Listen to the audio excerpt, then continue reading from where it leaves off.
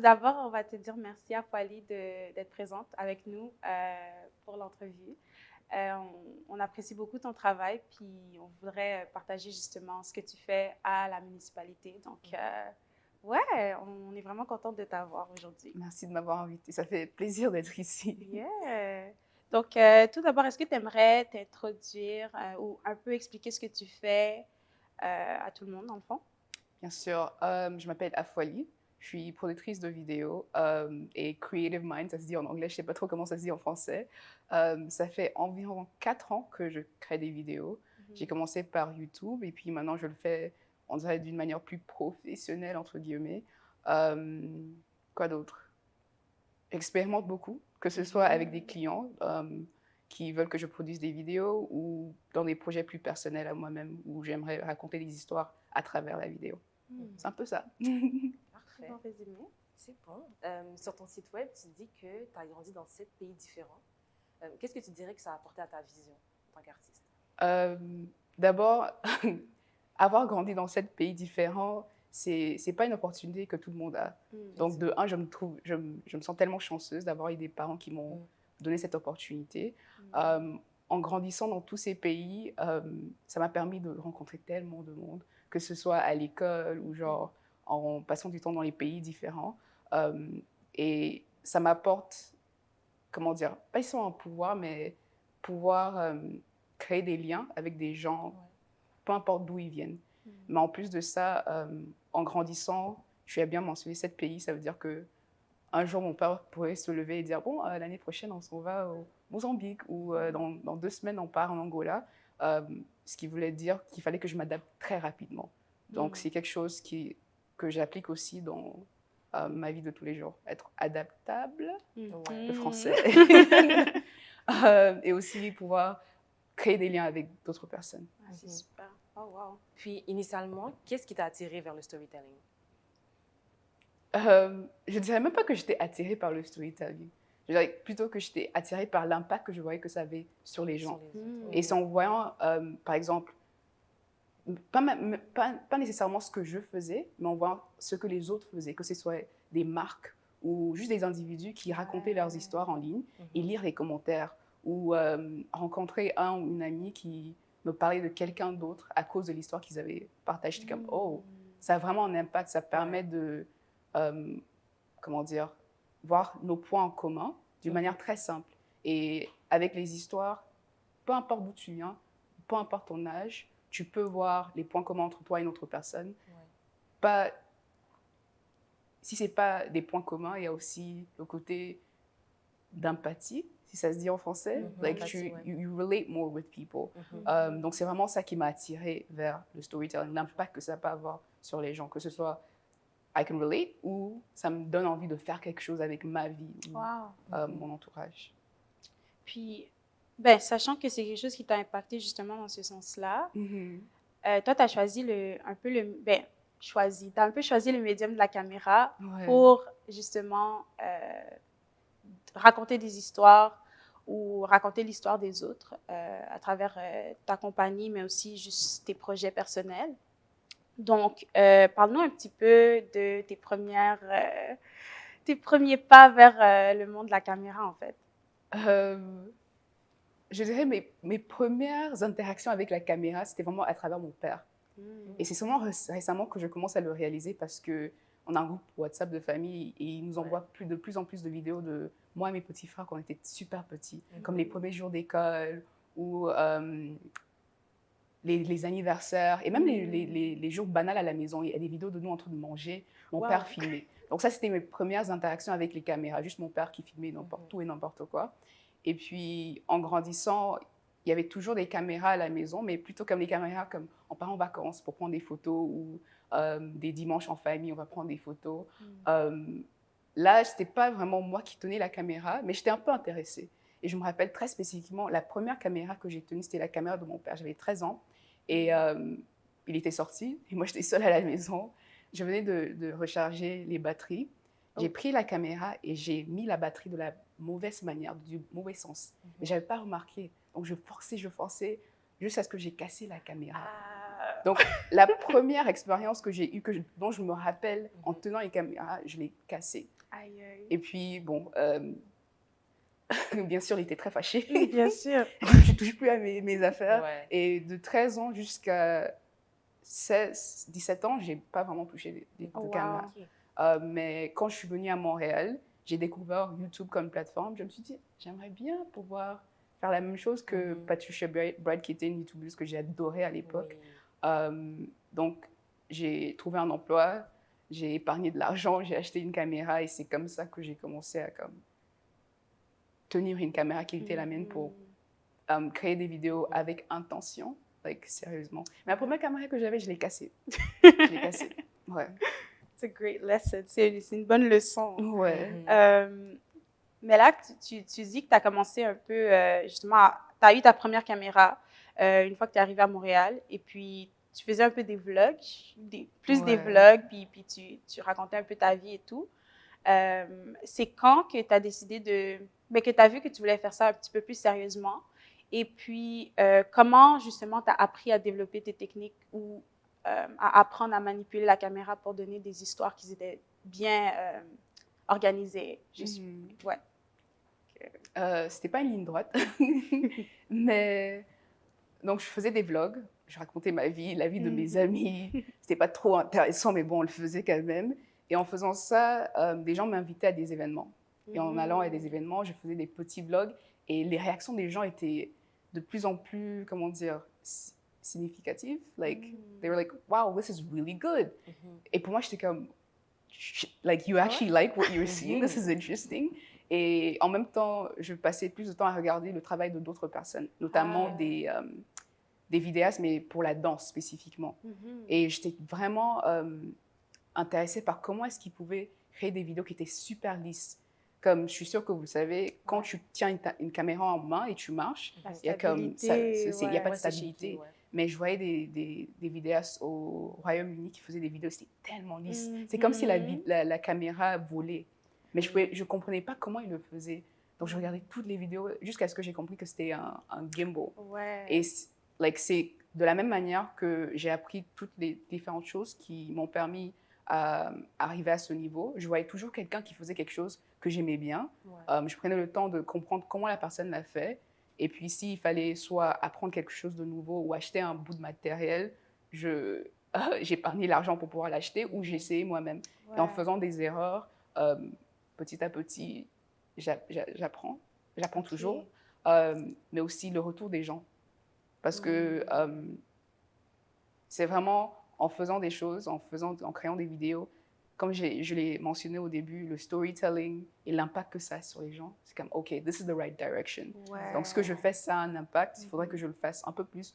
Ou ça n'a pas d'impact, mais moi, j'aime bien, donc je vais toujours le faire. Ou c'est un peu ça. J'espère que j'ai répondu à la question. Ben, quand même, mais te considérais-tu, si on regarde comment ton parcours s'est fait, te considérais-tu un peu plus comme une personne autodidacte ou une personne qui a besoin justement d'un programme pour justement apprendre la discipline que tu veux apprendre? Je dirais que je suis plutôt autodidacte, beaucoup même, beaucoup. J'aime pas trop les structures, j'aime me sentir comme, OK, aujourd'hui je me lève, je vais faire ça, on le fait. Plus de liberté, Exactement. Ou j'ai plus envie de faire ceci, j'arrête. Et les structures plutôt genre traditionnelles d'apprentissage sont très carrées. Et juste en regardant tout ce que j'ai appris à l'école, je n'utilise pas 10% de ça tous les jours. Tu as étudié en traduction, c'est un autre monde, hein? Complètement différent. J'apprécie toujours, oui, mais je ne traduis pas tous les jours, ça c'est clair. Donc je suis plutôt autodidacte, c'est plutôt, j'ai envie d'apprendre quelque chose, j'ouvre une onglette sur l'ordi, j'ouvre YouTube, how did this person do this, like watch videos sans le son pour voir comment est-ce que ça a été éclairé, comment est-ce que ça a été cadré, ainsi de suite. Mais c'est autodidacte. Je pense qu'on se reconnaît un peu plus, tous un peu dans ça. Là. De nos jours, il y a tellement de ressources. C'est tellement facile d'apprendre par soi-même si tu veux vraiment apprendre une skills. C'est vrai que... Définitivement. Google.com. Effectivement, c'est le Google meilleur. University. C'est ça. Google University, effectivement, le meilleur enseignant. Mais du coup, 916 Stories, Yeah. parle-nous un peu de ça, genre l'origine du nom, comment tu as commencé, comment c'était pour toi? Euh, donc, comme je l'ai mentionné, ça fait 4 ans que je fais de la vidéo. Ouais. Ça, même 5 ans peut-être. Wow! What? Damn, time flies. Donc, la deuxième année, je commençais à être beaucoup plus sérieuse. À l'époque, la plateforme Snapchat était très, très populaire. Ouais. Donc, la plupart des gens avec qui je communiquais, qu'ils soient à Montréal ou dans le monde, c'est sur Snapchat. Et Snapchat, c'était la première plateforme qui avait les stories, c'est-à-dire les vidéos en format vertical. Ouais. Et 9:16, c'est le ratio de l'écran d'un téléphone. Ou le ratio de vidéo verticale, si vous êtes sur Premiere Pro, c'est 9:16. Donc, c'est de là que le nom vient. J'ai remarqué que les gens communiquaient beaucoup avec les vidéos verticales, mais aussi que d'autres plateformes commençaient à adopter le format. Donc, après Snapchat, il y avait Instagram qui a pris les stories. Ouais. Et il y avait un engouement énorme. Et je me rappelle, il y avait des marques comme Fashion Nova, qui jusqu'à aujourd'hui ont encore les meilleures stories sur Instagram, à mon avis, pour une marque de vêtements. Il y avait aussi les Golden State Warriors qui avaient des stories impeccables. Genre, leur manière de, comment dire, créer un univers avec juste les stories, des séquences de 15 secondes étaient impeccables. Donc, je me suis dit, this seems like a trend. C'est quelque chose qui va devenir une manière de communiquer assez populaire, que ce soit des individus, les entreprises qui vendent des produits, des services ou même des événements. Parce que tout le monde a leur téléphone, donc Exactement. maintenant, c'est la meilleure Littéralement, façon. c'est vraiment ça. C'est rapide, c'est facile à faire. Exact. Tout le monde est sur le téléphone. Si vous regardez les statistiques de YouTube, par exemple, plus de 50% des gens regardent les vidéos sur le téléphone. Et l'orientation du téléphone, c'est vertical. Et même maintenant, YouTube a adopté le format avec les shorts. C'est vrai. C'est fou. LinkedIn a des stories, Twitter a des feeds, TikTok, c'est une plateforme énorme maintenant. Instagram, IGTV, IG Reels, YouTube Shorts. Donc, c'était vraiment de là que l'idée est venue. Et aujourd'hui, c'est quelque chose que j'essaie d'encourager mes clients ou les gens avec qui je travaille à faire, créer des vidéos qui sont verticales. Certainement. Donc, c'est ça le nom 916 Stories, histoire. Histoire, évidemment. Yeah. Puis, est-ce qu'il y a des projets desquels tu es plus fière que tu as fait avec 916 Stories?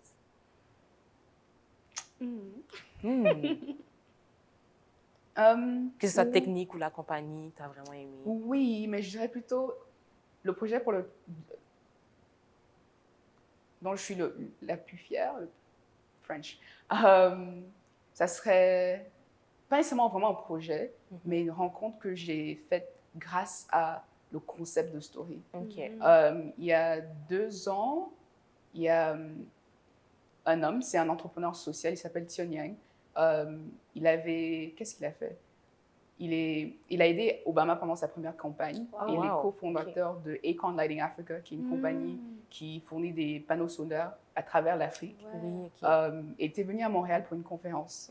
À l'époque, je ne le connaissais pas nécessairement, mais tous mes amis étaient comme « Ah, viens à la conférence, tiens, il vient. » Je disais « Ok, cool, il n'y a pas de souci, je vais venir. » Et je venais de commencer 916 Stories. Donc, ce que je faisais, c'est que je partais à des événements, je créais des stories pour moi-même, gratuitement. Donc, j'étais partie à la bibliothèque de Concordia parce qu'à l'époque, je n'avais pas d'ordi. Donc, il fallait partir à l'école, créer le contenu. J'ai créé des stories et je suis partie à l'événement et j'ai pris des stories comme tout le monde. Sauf que les stories que j'avais faites, c'était animé et j'avais planifié ce que je voulais faire. Donc, l'événement s'est terminé. Il avait un livre à l'époque. Donc, à la fin, tout le monde partait pour qu'il signe son livre. Moi, je ne le connaissais pas forcément. Donc, la fin de l'événement, je suis rentrée chez moi, tranquille. En rentrant, je reçois un appel et je décroche. Et la personne à l'autre bout de l'appel me dit « Est-ce que tu sais avec qui tu parles ?» J'étais comme « Non. » Et c'est comme « Je viens de voir tes stories, c'est Tion, je veux te rencontrer. » And I was like « What? » Il fait « Ouais, voici l'adresse de mon hôtel, viens demain. » Et le lendemain, je l'ai rencontré. Et depuis, je travaille avec lui pour raconter son histoire d'une manière qui amplifie son message sur les réseaux sociaux. Donc, en gros, c'est un entrepreneur social. Là, en ce moment, il est vraiment impliqué dans le domaine de l'agriculture, l'éducation et l'énergie solaire. Donc, au début, ce que je faisais, littéralement, il m'envoyait des vidéos. J'étais comme, voici des vidéos random, crée quelque chose. Ou voici Ok. des vidéos, crée des stories pour moi. Wow. Maintenant, on est rendu à un niveau où j'ai plus assez de temps. Donc, c'est plutôt comme, je lui propose des idées, désolé. Comme par exemple, maintenant, on est en train de travailler sur son premier podcast. Mais là, c'est plutôt, il a des interns.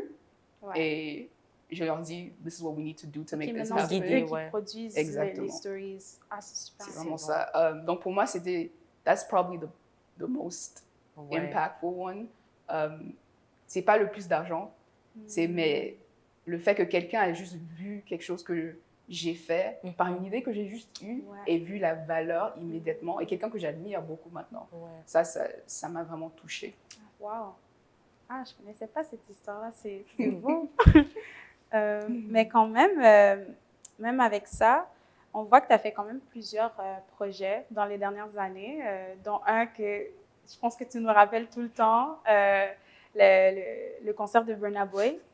Toi et ton équipe, vous aviez filmé justement le concert et ça a eu beaucoup d'attention sur les réseaux sociaux.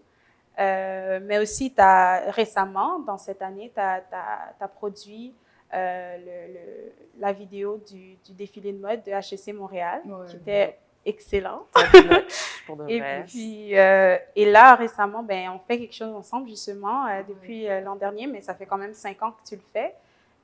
On fait Turn Up Tuesday. Puis, c'est une occasion de permettre à des créatifs, justement, de montrer leurs intérêts musicaux et juste de se faire connaître d'une autre façon sur Instagram. Donc, avec tout ça, qu'est-ce que tu dirais que ça a eu comme impact sur ta lancée créative, mais aussi sur ta carrière en tant que vidéographe et productrice? Toutes ces expériences m'ont permis de faire beaucoup d'erreurs. Je pense que ça, c'est la première des choses. Ouais. Que ce soit ces projets qui sont plus connus ou les petits projets, dans chaque projet, je fais énormément d'erreurs. On n'en parle pas, mais c'est grâce à ces erreurs que le travail est plus de qualité, plus reconnu. C'est grâce à ce travail, à ces erreurs qu'on arrive à Burna Boy, HEC, ainsi de suite. Ouais. Mais à part les erreurs, il y a aussi l'opportunité de rencontrer d'autres personnes. Qui, pour moi, à part le résultat final est très, très important, les liens qu'on crée quand on est en train de filmer ou une fois que la vidéo est sortie, l'impact que ça a sur les gens. Mais en plus de ça, il y a aussi, bien sûr, le réseau que ça bâtit. Parce qu'une fois que les gens voient que tu as pu filmer Burna Boy, tu as pu filmer une vidéo pour HEC Montréal ou pour un concept que tu fais depuis 5 ans qui évolue d'année en année, ça attire des clients différents. Du côté business, ça attire des clients avec des plus grands budgets qui te font plus confiance, mais aussi du côté plus personnel, ça me donne plus de confiance. Quand je vois que j'ai pu faire tout ça avec d'autres personnes, c'est comme, oh, we can take it to the next level. More. Donc, je dirais que c'est vraiment ça. Et même récemment, tu as eu justement avec Turn Up Tuesday, le concept que tu as innové et que tu as peaufiné au fil des années, ça t'a permis récemment d'avoir un poste dans une compagnie de production assez importante. C'est vrai, j'avais oublié. Très vrai. Il y a aussi ça, il y a tellement de choses que you just gotta live life and you sometimes forget. Des fois, on oublie ce qui se passe, mais le point est très, très important. Donc, en gros, grâce à Turn Up Tuesday, il y a une compagnie de médias à Montréal qui a vu le travail et qui m'a embauchée à travers ce projet. Et ce qui est très intéressant, c'est que jusqu'à aujourd'hui, je suis assez sûre que mes gérants ne savent pas si j'ai un diplôme et c'est dans quoi. C'est juste grâce au travail qu'ils ont vu et bien sûr, en faisant des tests, en passant par le processus d'interview, ils ont vu que j'étais qualifiée avant de m'embaucher. Mais c'est sûr, ça ouvre des portes aussi professionnellement. Certainement. On est fiers de toi pour ça. Hein? Vraiment. Certainement. Puis, tu travailles dans la compagnie, puis aussi, tu as tes projets avec ta compagnie à toi. Est-ce que comment tu trouves la balance entre les deux?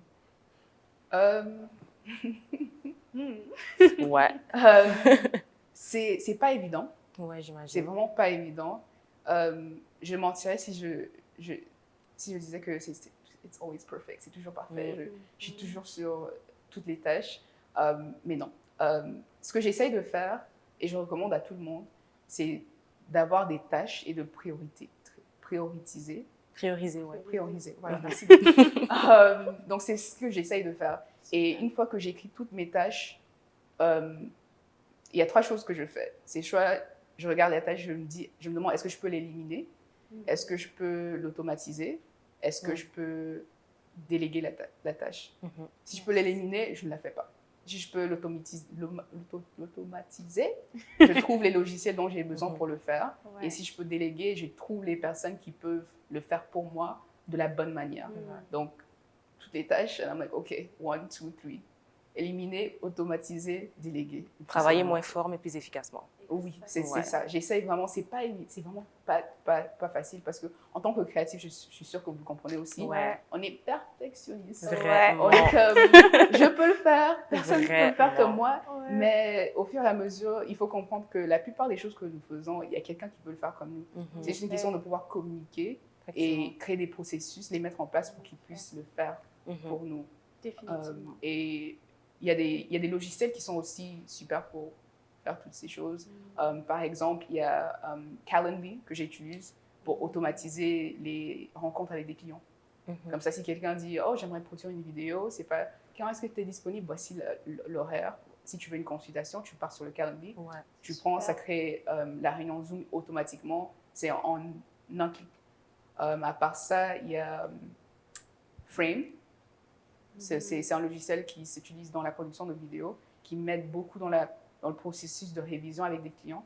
Donc, si on crée une vidéo, j'envoie la première version, au lieu de m'envoyer un email avec tous les petits points que j'aimerais que tu changes X, Y, Z, ils regardent la vidéo et sur Frame, ils peuvent commenter. Exactement. Et c'est beaucoup plus facile. Super. Et puis finalement, du côté plus business, il y a des logiciels que j'utilise comme Wave qui me permettent d'automatiser les paiements, mais aussi mettre tout en ligne pour qu'à la fin de chaque trimestre, je peux envoyer au comptable. Comme ça, on peut bien genre, regarder les chiffres et tout. Donc, il y a Calendly, il y a Frame, et puis il y a Wave qui m'aide à s'organiser, ouais. On prend note, hein? Oui, je te jure, c'est vrai. C'est super. C'est sûr que ça va aider d'autres gens aussi qui sont peut-être dans la même situation, qui ont peut-être trop de tâches, puis qui ne savent pas comment gérer tout. Mais oui, par rapport à tes expertises, tu disais, tu as été embauchée dans une compagnie, tu as aussi Turn Up Tuesday, puis tu as ta compagnie. Puis à Montréal, on s'entend que les médias, c'est encore très blanc, on va se le dire. Il y a de plus en plus de minorités qui commencent à s'installer, puis des gens qui se lancent en art. Fait que comment tu décrirais ton expérience en tant qu'entreprise Black-owned, puis surtout Black Woman-owned à Montréal? La partie woman est très importante, mais ce qui est drôle, c'est que quand j'ai commencé, je n'y pensais pas. J'étais comme, I'm just doing this thing. Je fais juste ce que j'aime bien et ceux qui l'apprécient m'embauchent. Mais dernièrement, j'ai fait un bilan de tous mes clients, avec les gens avec qui je travaille, et 90% c'est des femmes noires. Voilà. Wow. Like 90% qui viennent travailler avec moi, c'est des femmes noires. Et à cause de ça, il y a une certaine responsabilité qui vient avec, que ce soit quand je décide de faire des projets personnels ou quand je travaille avec des femmes noires, m'assurer que l'expérience qu'elles ont est agréable, mais aussi le produit final qu'on crée est une belle représentation de qui elles sont et du message qu'elles aimeraient partager avec le monde à travers cette vidéo qu'on peut créer ensemble. Donc, il y a beaucoup de responsabilités, mais en même temps, je dirais, il y a aussi une certaine pression à un certain niveau de toujours exceller. En tant que femme noire, la plupart des gens nous sous-estiment, ou surtout dans un domaine où c'est plutôt masculin. En commençant, il y avait des gens qui, littéralement, ils me voyaient avec une caméra, c'est comme, t'as pas le droit d'être ici. I'm like, wow, I have a badge too. J'ai le droit d'être ici. Donc, à cause de ça, depuis le début, je suis comme, il faut que tout ce que je fais doit être, j'aime pas ce terme, mais parfait. Ouais. Travailler le double pour avoir la moitié. C'est ça. Jusqu'à présent, c'est rentable, ça paye. Mais honnêtement, je ne voudrais pas que ma petite sœur ou une autre femme noire ait à travailler aussi dur pour avoir ce que Je pense que ça devrait être équitable pour tout le monde. Définitivement. Je pense qu'on se reconnaît beaucoup là-dessus. Vraiment. Moi, travaillant aussi dans un milieu qui est male-dominated, qui est majoritairement masculin et blanc, c'est une grande responsabilité. Puis sachant que la clientèle aussi est 90% de femmes noires, c'est une vraie pression. C'est vrai. Puis il y a une fierté qui vient avec parce que tu te dis, OK, we push through, on est capable, mais c'est une fierté qui éventuellement devient pas un fardeau, mais it wears off. Tu deviens un peu fatigué de toujours avoir à marcher à contre-courant. C'est vrai. Puis ce que ça fait aussi, c'est que en discutant avec d'autres femmes noires qui sont des creatives, c'est que tu vois qu'il y a un peu comment on appelle ça, le syndrome de l'imposteur. Ouais. Parce que tu sais que tu as les capacités, mais c'est que tu te vois tellement pas représenté que tu sais pas si tu es capable de le faire. Fait que c'est un peu ça le fardeau, mais comme tu dis, il y a cette fierté qui vient avec, donc c'est un peu ça qui te tire vers l'avant. Ouais. Puis ça commence à changer aussi. C'est vrai, le décor change. Le pouvoir aussi des réseaux sociaux permet beaucoup de démocratiser justement l'art et la créativité. Donc, quand le public voit quelque chose de qualité, ils aiment. Et peu importe d'où tu viens. Donc, on est sur une bonne lancée quand même. Donc, je suis contente de voir ça. Tu as quand même travaillé avec beaucoup d'artistes créatifs, compagnies dans les dernières années. Mais est-ce que, quand tu penses dans le futur, est-ce qu'il y a une personne en particulier ou une compagnie que tu serais comme, OK, ça, ce serait vraiment quelque chose que j'aimerais travailler dessus, en fait?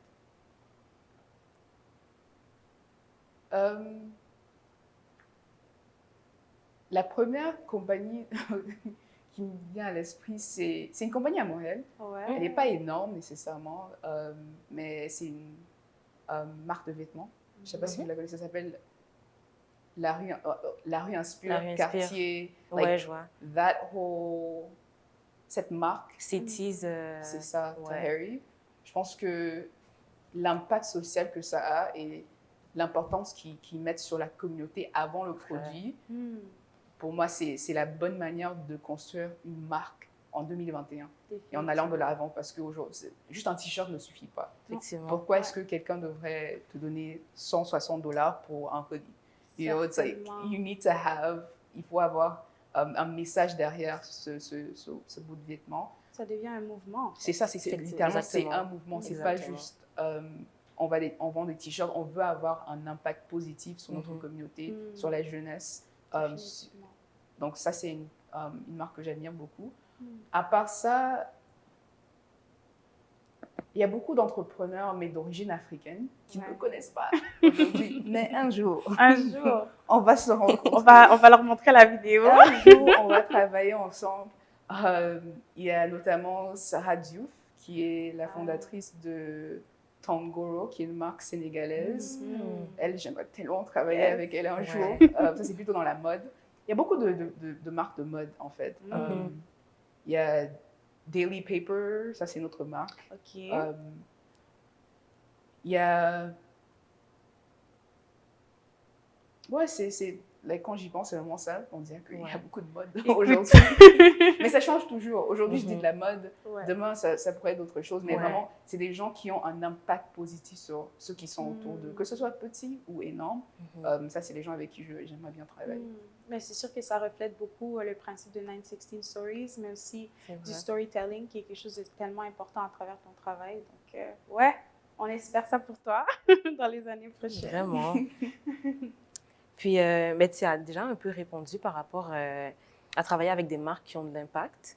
Mais par rapport à toi, personnellement, avec ton travail, quel impact tu te vois avoir avec tes projets? That's a big question.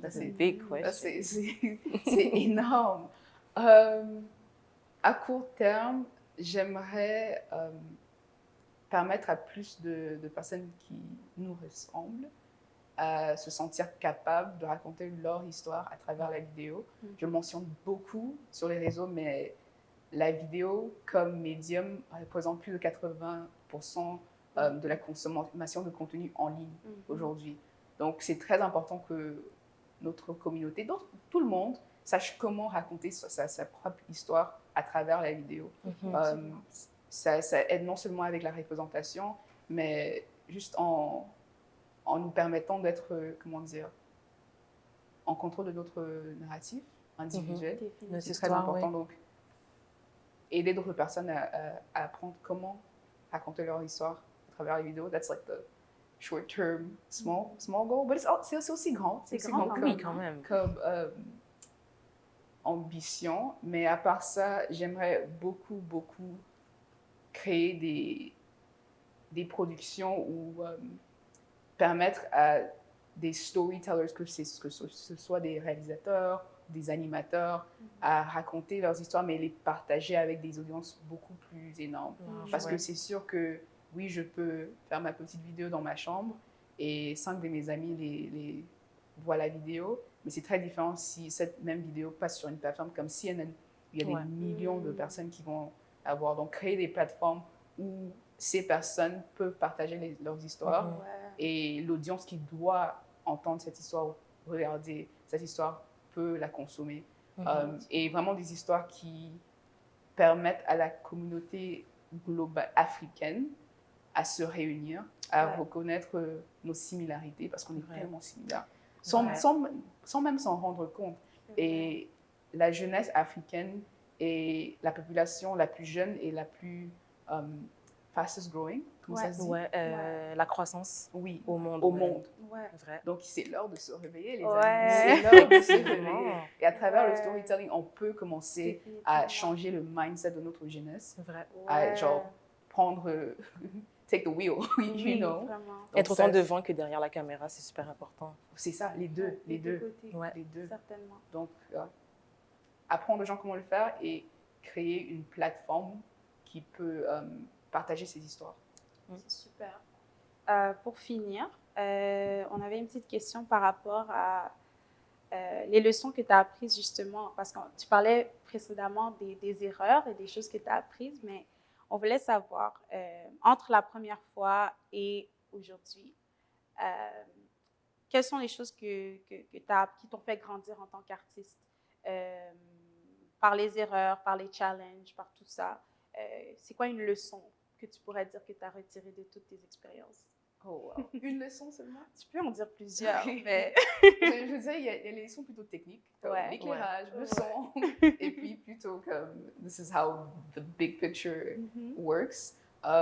Du côté plus technique, les amis, l'éclairage, c'est très important. Très, très important.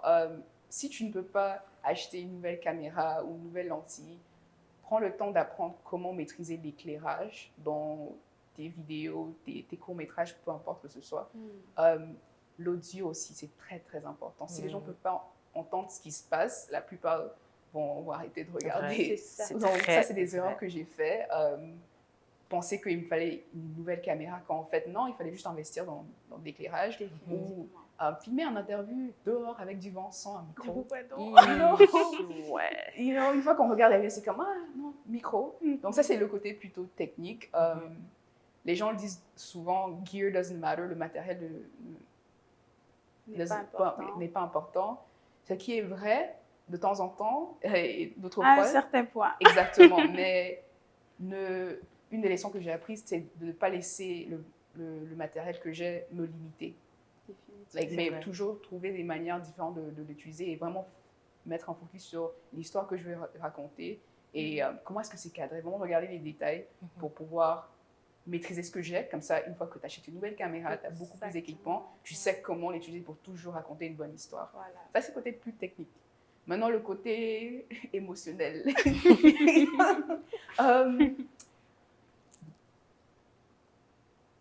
There's always a new day. Il y a toujours un nouveau jour, n'est-ce pas? Il y a des jours où j'ai l'impression que tout prend feu. Rien ne fonctionne. Mais en tant que créatif, il y a des hauts, il y a des bas. Mais l'important, c'est vraiment de regarder la big picture, l'ensemble de ce qu'on veut faire. Il y a des moments où tout le monde aime ce qu'on fait. Il y a des moments où il y a des criquets, il y a du silence total. C'est vrai. Mais c'est vraiment s'assurer que est-ce que je sais où je veux aller et est-ce que je suis motivée par moi-même l'impact que je veux avoir ou Mhm. juste la validation des autres. Ouais. Et si c'est la validation C'est des très, autres, très c'est pas très... Sain. c'est pas sain du tout, en fait.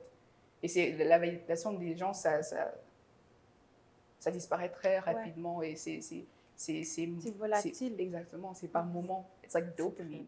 Ouais, C'est comme, voilà. Ouais. les follow, les likes, mais après, on est toujours à la maison tout seul. Donc, c'est Mhm. vraiment être sûr de savoir où je veux aller et est-ce que les raisons pour lesquelles je veux aller dans cette direction sont les bonnes et pas nécessairement juste pour les autres. Définitivement. Ah, mais c'est super. Je pense que tu nous as donné plein de bijoux à travers cette Vraiment. entrevue.